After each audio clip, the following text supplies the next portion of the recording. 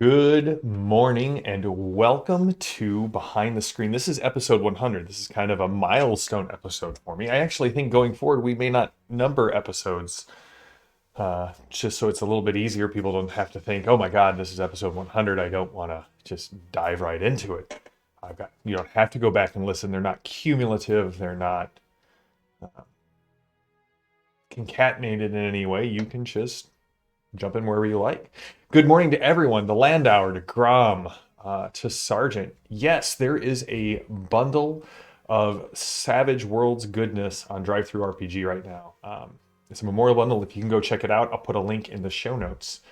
And we'll talk about that. Maybe we'll talk about that on Tuesday as well. So, this is episode 100, and I have been requested to talk about a subject very close to my heart as it relates to gaming.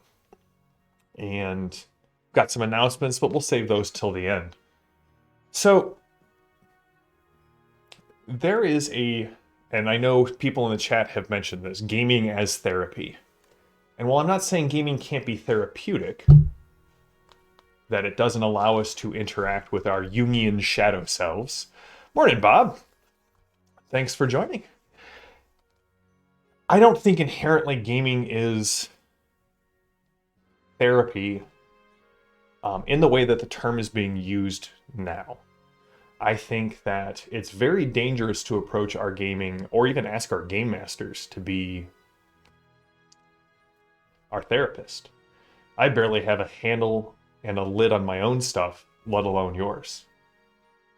But I do think gaming is therapeutic, that it causes a response that is beneficial to us, if done, I'd like to say well, but maybe appropriately is a better way to look at this. Because gaming can inspire beauty in us. And I don't mean beauty like, oh, I love this art, or beauty like, oh, this was a beautiful moment. I mean beauty in sort of the old absolute term, where we used to understand that goodness and truth and beauty were absolutes in the world. This goes back to Plato. And I think beauty moving into relative vistic tendencies in our modern world leaves us with basically two poles. And anytime you have two poles as opposed to three, you tend towards extremes on one side or the other. So today I'd like to talk about what is beautiful in gaming. What causes us to pause and recognize there is something bigger than what's going on at the table that we're interacting with. Yes, certified organic. It's a chance for us to be our best self in a dire moment. Hopefully in a moment that we never actually find ourselves in. But if you find yourself staring down a charging Tyrannosaurus Rex with a law rocket, you let me know. Something that keeps getting brought up in our Tor games. So, I'm going to start where I start most of my topics like this,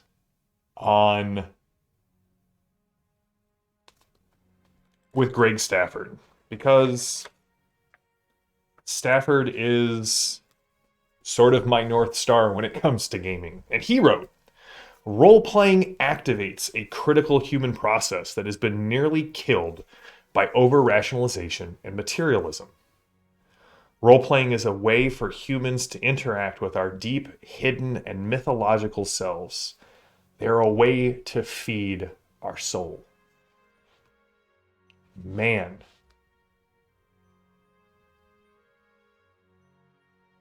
Yeah, Landauer, I'm with you. I mean, you and I were talking about this yesterday. I likened it to Tolkien talked about fairy tales. And he said that fairy tales provide three things. They're not childish in the way that some things are considered so. He said that they provide three things for us. They provide recovery. And Tolkien defined recovery as our ability to recapture a clear view.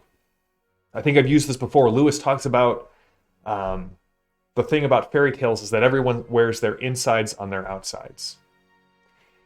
Gaming allows us to go, there is evil in our world. And you know what we need to do? We need to oppose it.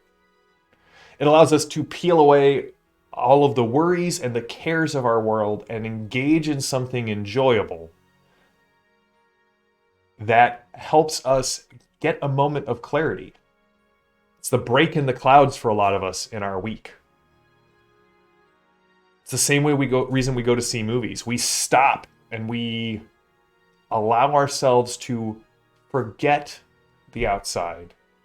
And in doing so, give ourselves a breather and be able to re-engage with a little bit more clarity. So recovery. Escape. Now, when I was growing up, escapism was a four-letter word. People saw gaming as an escapism for people who couldn't handle the real world or who wouldn't want to face their problems. And that's one I struggled with a lot. How do I deal with beauty? Because I feel like gaming, as Landauer said, is this entertainment that gives us so much. It allows us to deal cathartically with things that we don't necessarily engage with except in moments of crisis. It allows us to have outlets for our imaginations, which are constantly being crippled in our modern society. What do I mean by that? When's the last time we stopped to create something outside of role-playing games? Board games are enjoyable, but essentially we sit down and we play them. And when we're done consuming the game, we're done. Movies are enjoyable, and I'm not saying don't enjoy board games and movies, but even movies and books. It's really a consumer mindset. I sit down and consume what someone else has created. Gaming is one of those few forms of entertainment that still allows us to pour into something, to create something, to establish something ephemeral as a memory, beautiful in the moment. So how do we define this escape? Well, Tolkien, much like Stafford, said it way better than I could. The escape of fairy tales and role-playing games. It's not the escape of a coward. He likened it to somebody fleeing the front lines in a battle. We don't role-play to escape because we can't face the world. Some people might.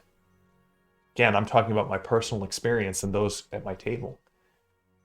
But it's the escapism of a prisoner who looks outside the window and imagines himself free. We get to imagine, through variety of genres, the world in a different way. Lets us forget some of the, frankly, awful things going on in our world. And again, have that pure joy of entertainment. People always ask me, what is a role-playing game? Like, well, when you play like Risk, if you've heard this example, you've probably gamed with me. Or I introduced you to gaming. I'll say, you may remember that one clutch roll where you were trying to drive someone out of Kamchatka in Risk, where you rolled trip sixes or double sixes and defended your thing and won the game. That's cool. Probably no one else at the table remembers it. Unless it's a game of diplomacy, those wounds last forever. But in role-playing games, when you're done, you have a memory that exists only for the people at that table. I can say, no shit, Bob saved my life from a dragon. Because he did. It's also why, for me, a lot of times, I enjoy hearing other people's stories more for the enthusiasm than the actual details of the story. Because it's your memory. It's a memory of your people at the table. I can appreciate the beauty, but it doesn't incarnate for me. It only incarnates for the people at the table.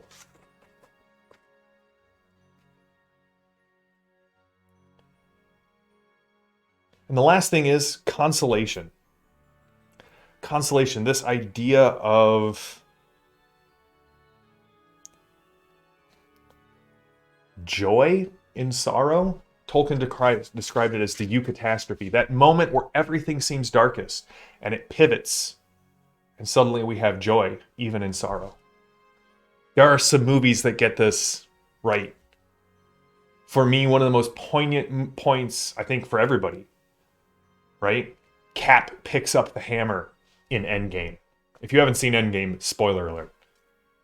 Tony sacrifices his life.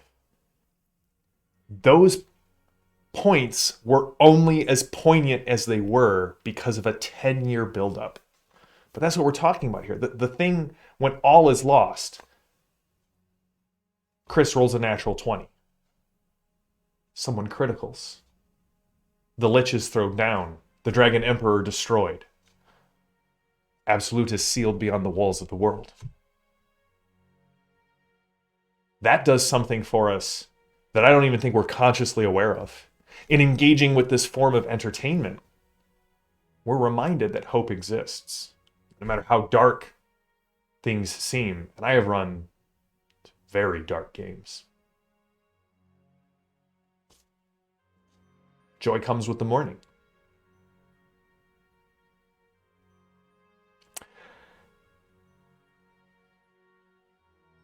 We have, since the Enlightenment, really split the rational material world. We've built walls around it from this mythological, supernatural fairy tale world. We used to have a little bit more holistic sense to this.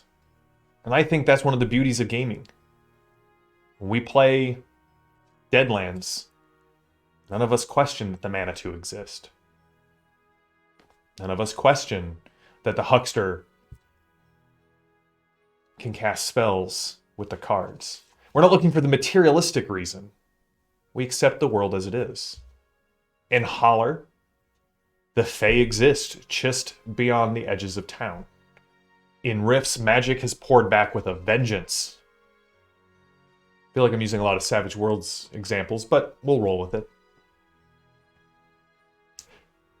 It's a moment for us where we realize we're able to kind of step back in time, if you will, to this more holistic view that we once had.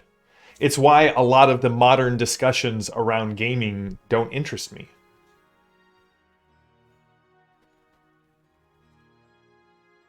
I accept that in the Forgotten Realms there are evil gods who had just as much a hand in creation as the good gods. Therefore, they create things in their own image. We do it all the time. I accept that. It's not something that I necessarily get hung up on.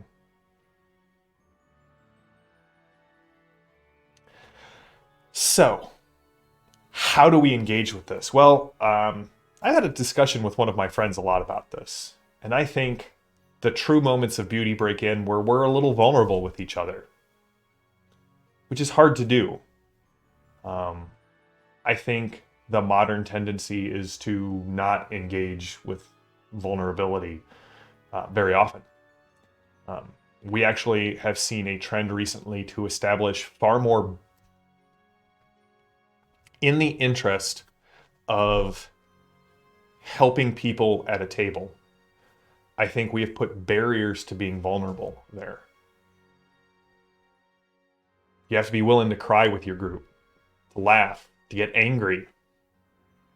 I remember the moment when this realization hit home. It was my Exalted game with Bob that I've talked about. And at one point, I had one person yelling at another person, clearly angry about the outcome of what happened, and another person crying about the outcome, and another person feeling just intense shame because of the reality of that game. That game was beautiful because it was present. Not because I went in trying to tell a grand story, not because I went in trying to say, I'm going to pull my players' heartstrings, not because I had a plot, not because I had a script, not because I was like, well, clearly player A is dealing with X, so we should deal with X in the game. The spontaneity of entertainment gets past our guards. Gaming is at its most beautiful and its most therapeutic when it is not intentionally therapy. When it's not intentional about a lot.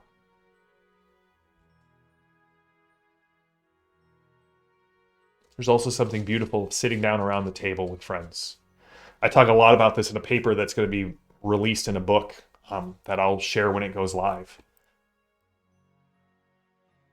It is one of the few places in our modern world where we still come together. We still gather. We still eat. We break bread or Doritos with people on a regular basis. That's a shared experience that is rapidly vanishing. And I think the other thing to kind of end on this, what is beautiful about gaming is the same reason that Lewis describes reading old books.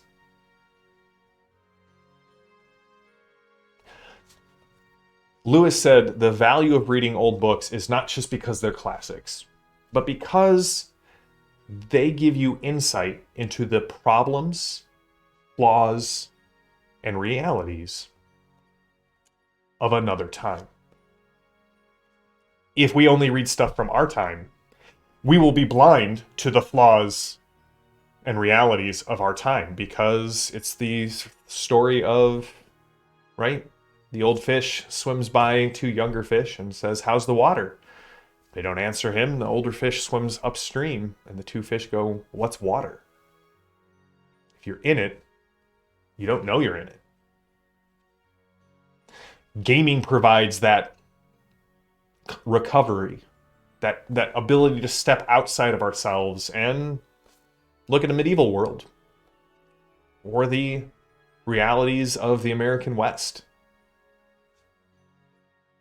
Speculate on this, on the social science fiction of the future. Or just look at consumerism through the lens of cyberpunk. Gaming is a lot like reading. Reading allows us to, I'm going to paraphrase again, I believe Lewis. Reading allows us to look through the eyes of thousands of other people and yet remain ourselves. Gaming lets us look through the eyes of dozens of other people into dozens of other worlds and remain ourselves, but gain new perspective. So, this book is going to be coming out, the essay that I pulled this episode from is going to be coming out in a book called Recovering the Golden Key. It's got a lot of great authors in it, including our very own Ben, who played Kowalski in the Torg game. He is writing a paper on superheroes as American saints, which has just been a fascinating read, and I cannot wait to hear him discuss it and then see it out in the world. I'm writing, my paper is Dice and Myth, Tabletop Games as Narrative Liturgy. It is not necessarily as condensed or as academic as it sounds. I'm pretty proud of the paper.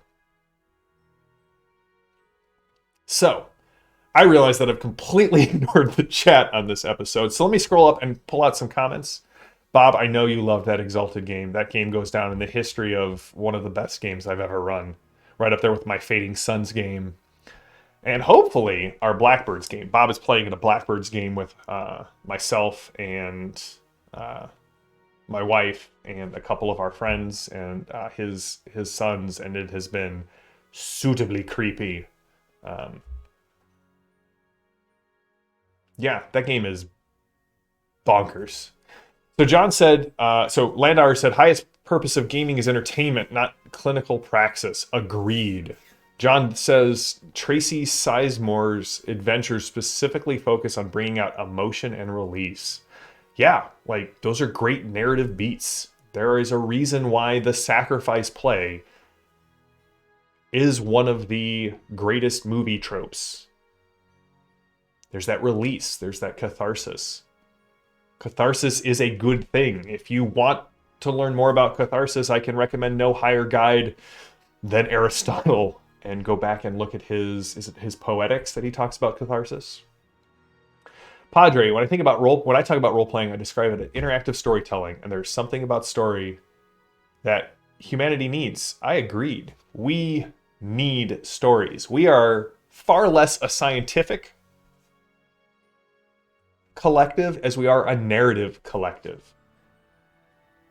Far more of the important things that happen in our lives happen around narratives and less around statistical papers. I mean, I love me some statistical papers. We could rip them apart and talk about them. But Bob, I'm with you. I do create a lot.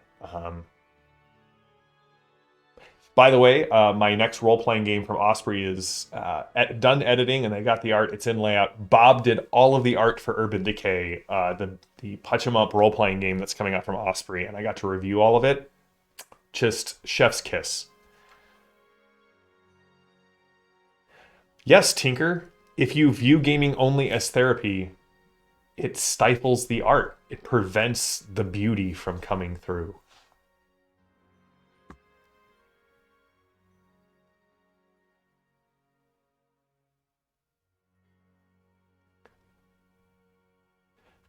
Yeah, Grom, I have had some players who have approached the game as a therapy session, and it has never gone well.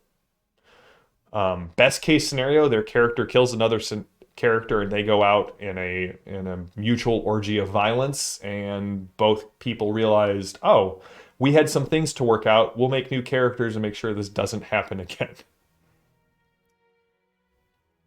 There's some great comments in the chat, and I wish I could hit more of them. But I think that brings us to the end of our Behind the Screen today. Tuesday is going to be super exciting. I have been working like a madman on getting the new overlay, trailers, weight screens put together for Crucible of Realms. And on Tuesday, we launch our brand new Savage Worlds campaign here on the Iconic Production Network. We are going to be playing in a setting that I've laid the foundation for. Hopefully the chat, you've been engaged in several of our streams. I'm going to show off some of the art and run the trailer for the game, and I am really excited to hear what you guys think about this.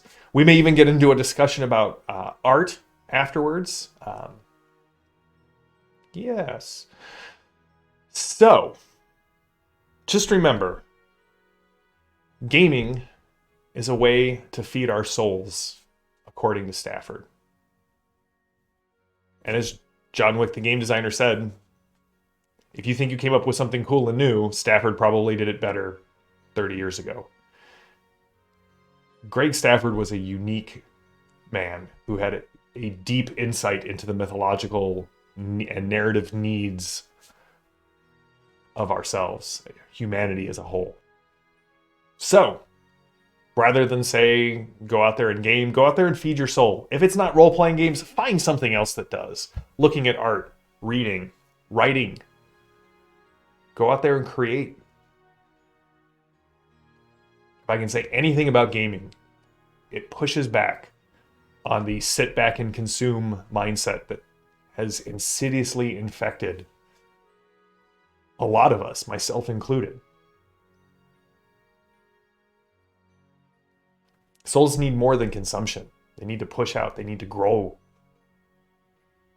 Dig in. Think about it. If you got any questions, leave them in the comments. I'd love to hear from you. And I will definitely, excuse me, I will definitely let you know when the book goes live. And yeah, thanks everybody. I'm really looking forward to Tuesday as well. We're going to be making characters on stream for Crucible. We'll be talking about the new setting rules. I've got a brand new setting rule called Sacrifice that I'm really excited about. I've put together some faction rules that we're going to be playing with.